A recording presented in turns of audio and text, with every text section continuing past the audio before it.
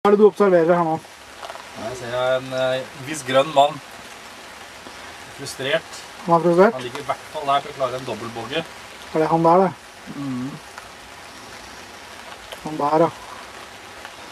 Frustrert, sinna, vondbråten. Kanskje. Vi får se. Det ser ikke ut som noen av dem sprudler, eller?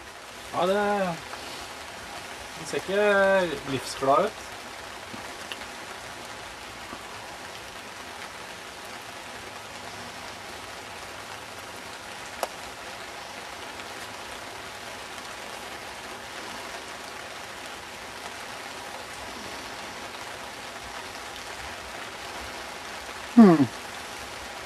Veldig mye bra putting her nå.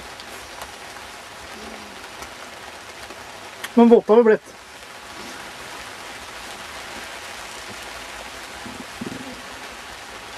Uten paraply, det er tøft i dag.